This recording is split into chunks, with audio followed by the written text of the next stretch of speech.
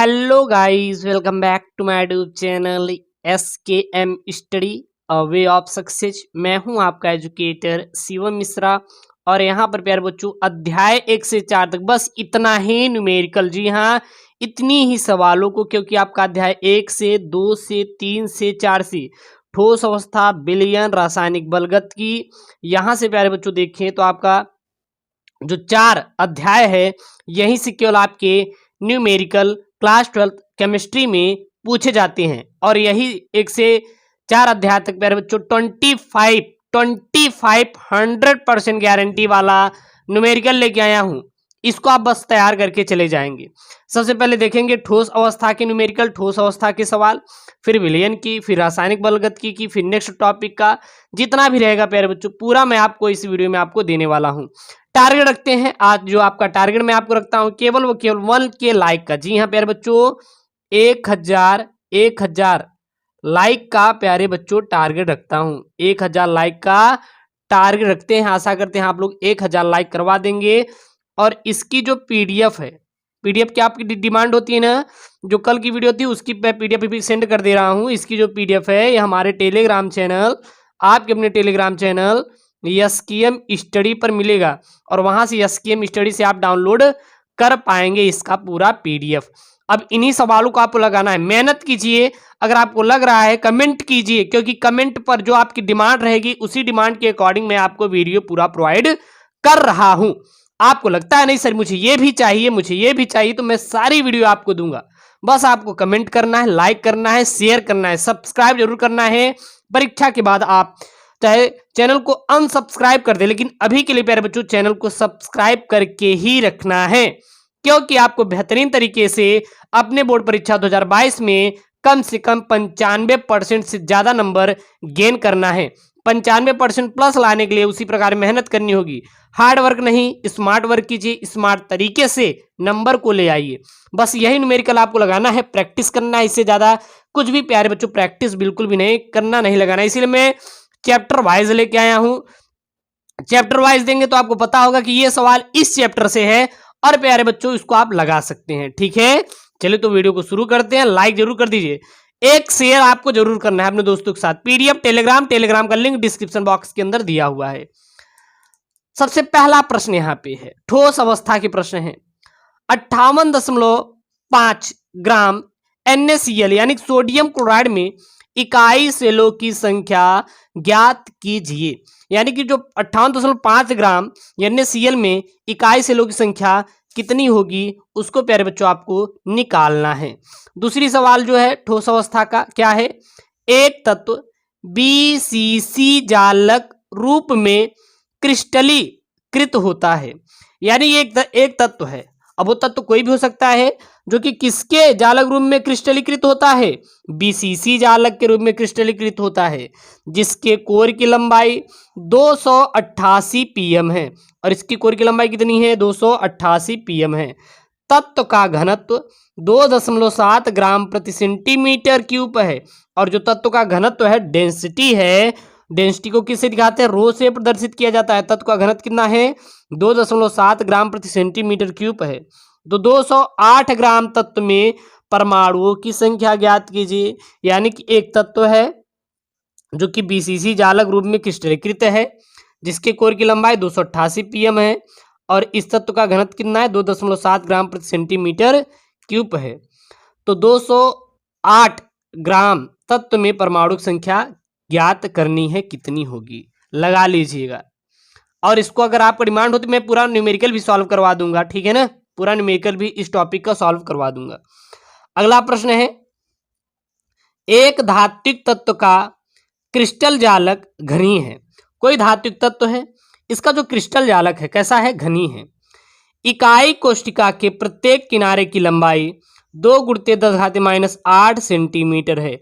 और जो इकाई कोशिका के प्रत्येक किनारे की लंबाई कितनी है, लेंथ कितनी है, 2 × 10⁻8 सेंटीमीटर है। धातु का घनत्व 2.5 ग्राम प्रति सेंटीमीटर क्यूब है। और जो धातु का घनत्व कितना है, 2.5 ग्राम प्रति सेंटीमीटर क्यूब है। तो 200 ग्राम धातु में इकाई कोशिकाओं की संख्या कितनी होगी। तो प्यारे बच्चों 200 ग्राम धातु में कितने ग्राम धातु में, 200 ग्राम धातु में इकाई कोशिकाओं की संख्या फाइंड करना है। अगली सवाल है, क्या है? किसी घनीय जालक में घन के कोरों पर उपस्थित परमाणु एक दूसरे के संपर्क में होते हैं। यानी कि एक घनीय जालक में जो घन के कोरों पर उपस्थित परमाणु होता है वो क्या होते हैं? एक दूसरे के संपर्क में होते हैं। तो घन जालक की संकुलन क्षमता की गणना कीजिए। तो जो प्यारे बच्चों घन जालक की संकुलन क्षमता क्या होगी, इसका आपको क्या करना है प्यारे बच्चों? फाइंड करना है। अगली सवाल है, जब किसी घनीय जालक के केंद्र पर स्थित परमाणु विकर्ण पर उपस्थित अन्य दो परमाणुओं के संपर्क में हो तो घनीय संरचना की संकुलन क्षमता की गणना कीजिए। जब किसी घनीय जालक के केंद्र पर स्थित परमाणु विकर्ण पर उपस्थित, किस पे? विकर्ण पर उपस्थित अन्य दो परमाणुओं के संपर्क में हो तो घनीय संरचना की संकुलन क्षमता क्या करना है प्यारे बच्चों? गणना करना है। ठीक है, तो ये ठोस से जो प्यारे बच्चों इंपॉर्टेंट प्रश्न थे मैंने उनको यहाँ पे आपको समझाया। अब किससे है प्यारे बच्चों? अब आपके बिलियन से संबंधित है। किससे है? बिलियन से संबंधित सबसे महत्वपूर्ण प्रश्नों का आपको बता रहा हूं। जी हाँ, ये जो बिलियन से संबंधित महत्वपूर्ण प्रश्न है ना, इन सभी प्रश्नों को आपको तैयार कर लेना है और ये सब गारंटी वाले प्रश्न हैं। जी हाँ प्यारे बच्चों, गारंटी वाले प्रश्न हैं। इससे बाहर आपका एक भी सवाल, एक भी प्रश्न आने वाला नहीं है। इसीलिए कहता हूं आप मेहनत कीजिए, जबरदस्त तरीके से आपका नंबर आएगा। और हाँ, पीडीएफ सारी एसकेएम स्टडी टेलीग्राम पर मिलेंगी। अभी तक अगर आप प्यारे बच्चों वीडियो को देख रहे होंगे तो जाहिर सी बात है आप 95% से ज्यादा नंबर गेन करेंगे, ये मेरा आपसे प्रॉमिस है। टारगेट 1 के लाइक का हम रखते हैं, कमेंट 1 के। प्रश्न है अगला, 5.85 ग्राम सोडियम क्लोराइड 200 मिली जल में घुला है। 5.85 ग्राम सोडियम क्लोराइड 200 यानी 200 मिली जल में घुला हुआ है। विलयन की मोलरता की गणना कीजिए। तो विलयन की मोलरता की गणना करना है कि उसकी मोलरता कितनी होगी। सोडियम का परमाणु भार 23, क्लोरीन का 35.5 यहाँ पे प्यारे बच्चों गिवन है। जब इसको दिया है तो आपको सीधा इसका हल करना है। अगला प्रश्न है यहाँ पे, H2SO4 का एक नमूना 94% वेट अपान वॉल्यूम। H2SO4 यानी कि हाइड्रोजन सल्फेट का एक नमूना 94% वेट अपान वॉल्यूम है। इसका घनत्व 1.84 ग्राम प्रति मिलीलीटर है। इस विलयन की मोललता ज्ञात करो। तो इस विलयन की मोललता क्या होगी? अगला प्रश्न है विलयन का प्यारे बच्चों, बहुत ही महत्वपूर्ण है। 100 ग्राम विलायक में विलेय का 1/10 मोल घुला हुआ है। 100 ग्राम विलायक में विलेय का कितना घुला हुआ है? 1/10 मोल घुला हुआ है। विलयन की मोललता ज्ञात करो। तो विलयन की प्यारे बच्चों मोललता आपको फाइंड करना है कि विलयन की मोललता क्या होगी, कितनी होगी। अगला प्रश्न है, प्रश्न क्या है? 96% या 96% सल्फ्यूरिक अम्ल H2SO4 द्रव्यमान बटे द्रव्यमान, मास अपान मास का आपेक्षिक घनत्व 1.84 है। इस 1.84 ग्राम प्रति मिलीलीटर है, ठीक है ना। तो इस अम्ल की मोलरता एवं नार्मलता की गणना कीजिए। तो जो भी आपको विलयन से प्रश्न दे रहे हैं, जो भी आपको ठोस अवस्था से आपको बताया प्रश्नों को, सभी प्रश्नों को अच्छे से प्रिपेयर करना है, तैयार करना है। हर एक प्रश्न प्यारे बच्चों आपके बोर्ड परीक्षा से संबंधित है, महत्वपूर्ण है और यही कहीं ना कहीं आपको 96% से ज्यादा आपको गेन कराएगी आपकी अपनी बोर्ड परीक्षा में, ठीक है ना। बाकी एसकेएम स्टडी को आप सब्सक्राइब करके रखिए, एक बार ट्रस्ट कीजिए, आपके मन मुताबिक ही प्यारे बच्चों मैं वीडियो दूंगा। आपकी क्या डिमांड है कमेंट कीजिए, उसी डिमांड से रिलेटेड ही हम आपको वीडियो देने वाले हैं। एसकेएम स्टडी टेलीग्राम है, उसको भी आपको सब्सक्राइब करके रखना है, क्योंकि एसकेएम स्टडी टेलीग्राम पर प्यारे बच्चों सारे पीडीएफ सारे नोट्स भेजे जा रहे हैं, वहां से आप इसको डाउनलोड कर पाएंगे। अगला प्रश्न है प्यारे बच्चों, 12 ग्राम ग्लूकोज को 100 ग्राम जल में घोलने पर विलयन का क्वथनांक 100.34 डिग्री सेल्सियस पाया जाता है। 12 ग्राम ग्लूकोज को 100 ग्राम जल में क्या करेंगे, घोल देने पर जो विलयन का क्वथनांक कितना पाया जाता है, 100.34 डिग्री सेल्सियस पाया जाता है। ग्लूकोज के मोलल उन्नयन स्थिरांक की गणना कीजिए। तो ग्लूकोज का मोलल उन्नयन स्थिरांक कितना होगा उसको आपको फाइंड करना है। कार्बन का परमाणु क्रमांक परमाणु भार 12, ऑक्सीजन का परमाणु भार एटॉमिक मास 16 और हाइड्रोजन के कितना दिया है, 1 दिया है। कितना दिया है, 1 दिया है। ठीक है ना। अब ये सब जरूरत आपको इसमें ही पड़ेगी, वहां पे ये चीज आपको दिया रहेगा, ये चीज आपको दिया रहेगा, तो इसकी आपको टेंशन नहीं लेनी है, वहां पे ये सारी चीजें दी रहेंगी, बस आपको केवल इसको अच्छे से प्रिपेयर करना है। अगला प्रश्न है प्यारे बच्चों, 27 डिग्री सेल्सियस पर डेसीमीटर क्यूब यूरिया विलयन का परासरण दाब ज्ञात करो। 27 डिग्री सेल्सियस पर डेसीमीटर क्यूब यूरिया विलयन का परासरण दाब हमें क्या करना है, फाइंड करना है। आर की वैल्यू कितनी दी है, 0.082 लीटर वायु प्रति डिग्री मोल। आर की वैल्यू कितनी दी है, 0.082 लीटर वायु प्रति डिग्री मोल यहाँ पे दिया हुआ है। अगला प्रश्न है, 0 डिग्री सेल्सियस ताप पर 0.45 ग्राम ग्लूकोज को 250 मिलीलीटर जल में घोलकर विलयन बनाया गया, इसका परासरण दाब क्या है। तो इसका प्यारे बच्चों परासरण दाब कितना होगा। आर की वैल्यू कितनी दी है, 0.082 लीटर वायु प्रति डिग्री मोल यहाँ पे दिया हुआ है। सेम ही रहेगा दोनों का आपको दिए देखिए यहाँ पे इसका 2 हो गया है, यहाँ पे बस 2-1 हो गया है। अगला प्रश्न है, यूरिया का इंपॉर्टेंट है इसीलिए मैं इसको ब्लैक से डाल दिया हूं। It is very important question for your board exam. Chapter wise प्यारे बच्चों है, तैयार करना है और हाँ लाइक जरूर करना है, वीडियो को कमेंट भी कर देना है। यूरिया का 1 विलयन भारानुसार 6% है। विलयन में यूरिया तथा जल की मोल प्रभाज ज्ञात करो। यूरिया का 1 विलयन भारानुसार कितना है, 6% है और विलयन में यूरिया तथा जल की मोल प्रभाज ज्ञात करना है। यूरिया का अणुभार कितना दिया है आपको, 60 दिया है। यूरिया का अणुभार कितना दिया है, तो यहाँ पे 60 दिया है, बस आपको निकालना है।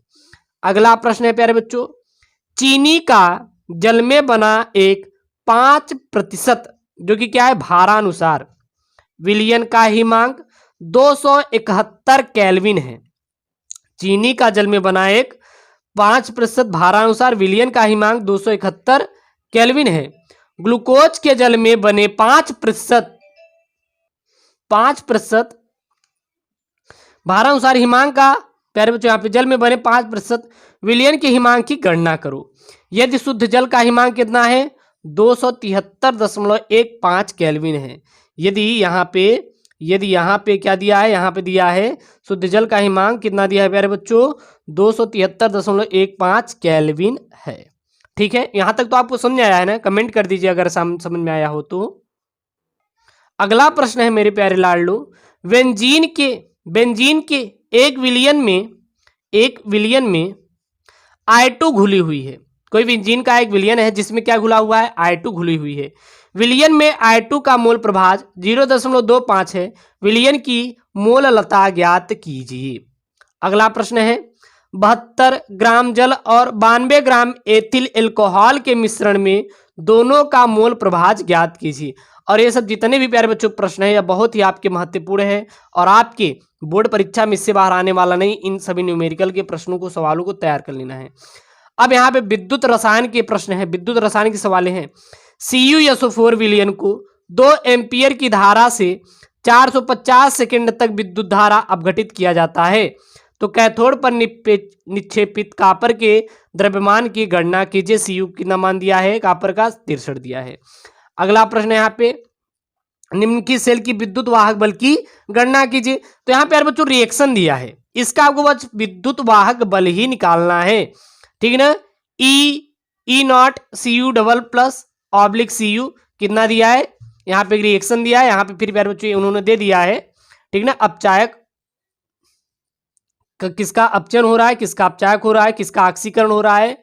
ठीक ना, यहाँ पे दिया हुआ है और यहाँ पे दिया हुआ है। और इसको तो आपको सॉल्व करना है बेहतरीन तरीके से। आपको इसको सॉल्यूशन मैं प्रोवाइड करूंगा, टेंशन नहीं लेना है। हर एक सवाल बहुत ही इंपॉर्टेंट है आपके लिए। और एक मैंने यहाँ पे इसी सवाल को लिया है क्या Fi डबल प्लस द्वारा ब्रोमीन आयन का ऑक्सीकरण ब्रोमीन में हो सकता है? E naught Fi double triple plus oblique Fi double plus कितना दिया है? 0.771 वोल्ट तथा E naught Br2 upon Br आयन 1.09। एक का अपचयन हो रहा है, दूसरे का ऑक्सीकरण हो रहा है। अगला प्रश्न इसी से जुड़ा हुआ है, इंपॉर्टेंट है। देखिए जो इंपॉर्टेंट है उन्हीं प्रश्नों को मैंने ऐड किया है, तो इसको भी आपको तैयार कर लेना है। अब है रासायनिक बल गतिकी के प्रश्न। रासायनिक बल गतिकी के प्रश्नों को देखेंगे, रासायनिक बल गतिकी के न्यूमेरिकल को देखेंगे। प्रश्न क्या है? एक प्रथम कोट की अभिक्रिया 100 सेकेंड में 50% संपन्न होती है, अभिक्रिया का वेग स्थिरांक ज्ञात कीजिए। तो एक प्रथम कोट की अभिक्रिया 100 सेकेंड में 50% संपन्न होती है, तो अभिक्रिया की वेग का स्थिरांक ज्ञात करना है।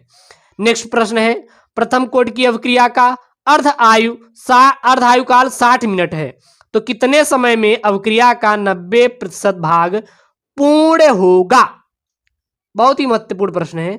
अगला प्रश्न है, एक अभिक्रिया का वेग के ए की पावर हाफ और बी की पावर हाफ है, तो इस अभिक्रिया की कोटि बताइए। तो इस प्यारे बच्चों प्रथम कोटि की अभिक्रिया, द्वितीय कोटि की अभिक्रिया, शून्य कोटि की अभिक्रिया तैयार कर लेना है, बहुत ही महत्वपूर्ण है। और लास्ट सवाल है आपका, वो क्या है? प्रथम कोट अभिक्रिया के वेग के लिए वेग स्थिरांक के बराबर 2.54 इंटू 10⁻³ सेकेंड इनवर्स पाया गया, तो इसकी 3/4 आयु की गणना कीजिए। log 2 का मान दिया है 0.301 और इनको सॉल्व करना है प्यारे बच्चों। और ये आपके क्लास 12th केमिस्ट्री के अध्याय 1 से 4 तक पूरे हमने 25 महत्वपूर्ण न्यूमेरिकल प्रश्नों को बताया है। इससे बाहर आपका एक भी न्यूमेरिकल आने वाला नहीं है प्यारे बच्चों। इस बात की गारंटी है, यूट्यूब चैनल एसके मिस्ट्री लेता है। इतनी लगा के जाएंगे तो 100% श्योर है पूरा का पूरा आप सॉल्व करके आएंगे, बिना किसी टेंशन का। आपको पढ़ाई करनी है, बस इन्हें न्यूमेरिकल लगाइए, रिएक्शन भी आपको समझा देंगे, बिल्कुल टेंशन नहीं लें, बस आप मन लगा के पढ़ाई कीजिए। लाइक करिए यार, इसी बात पे 1000 लाइक पहुंचाइए, चैनल को सब्सक्राइब करिए। ओके दोस्तों, थैंक यू, जय हिंद।